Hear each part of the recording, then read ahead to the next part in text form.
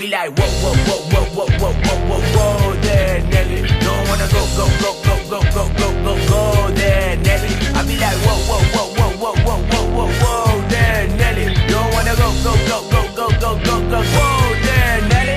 We're here to discuss about the song we just dropped, and it's called There Nelly. Amrit, why don't you start us off with how this song came about? What did we do? So this song actually came about from like the root, I guess, of the whole composition came from this keyboard patch which me and you were fucking around with in Logic, which was just the Logic EP, like the stock EP, and then I put like a bunch of distortion on it and this, that, and everything, like a few different plugins, and then we pitched it down to the lowest octave and made it a bass tone, and then you started playing this fucking mad like loop which kept going on like the so it kept going on this loop, and as you were playing it, I was like fucking with the distortion and making it like more gnarly and less gnarly and and then you would finally, I think after you messed around with it a bit, Soorya had come up with this little loop which was so repetitive and like kind of like in a trance kind of feel, which kind of became the basis of this whole track, right? So we laid that down because the inspiration was like right there, and then as soon as that was laid down and we pressed play and played it back, we were just like, oh, this is it. This is like something we got to keep. Something it. we can work towards, you know. And then we just kind of closed the session.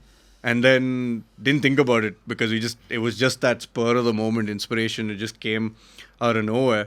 And there was a huge gap between when we tried to work on this, the first idea, and then we came back and pre-produced it. So we had this much time to figure out how we want it to be mentally. You know? And also I feel like we didn't really think of it like, oh, we're going to sit down and write a track. No, exactly. It was just some idea that came from the sound that inspired us. And then from there, we put it aside, and the next thing we know, like must have been like a month later.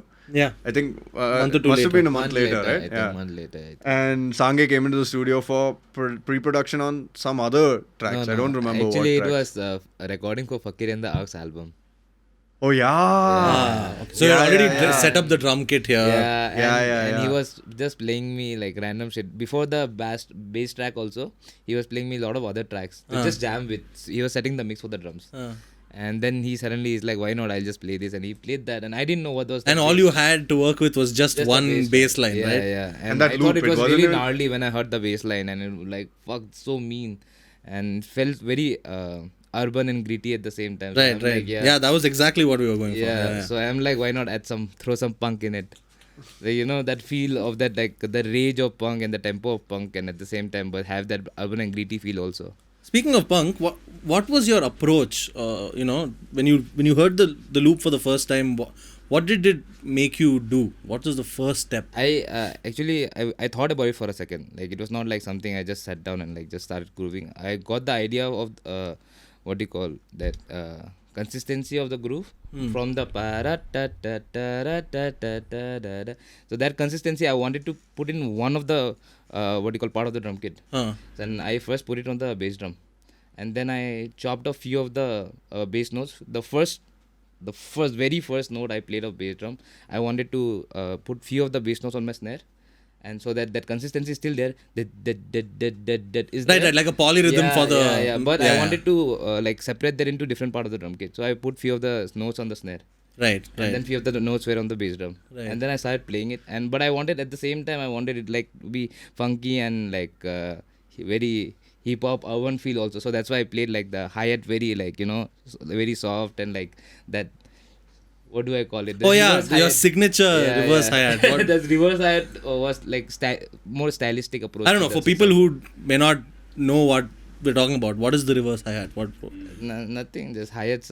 Hi-hat going backward. If you were to produce a reverse hi-hat, if you were to produce a reverse hi-hat or crash, for example, which we usually do, play a crash and you reverse it on the top. But here, you need to physically play it in a way that it sounds like it's reverse, right? And especially to integrate it like every other second groove, like every other second bar is like crazy. Like the vibe was crazy when I was trying it out. But Sange, how did you actually play the reverse physically? How did you play the No, reverse just so hi-hat? people know what is that? What are we Nothing, it's talking just about? like me taking a steak, and that side of the steak is like very it's very rough. The side because of you've the hit steaks it are on the very rough. cymbals. Yeah. And so when I take that and I pull it down the edge of the hi-hat, and at the same time open my hi-hat foot pedal, it gives that reverse hi-hat feel.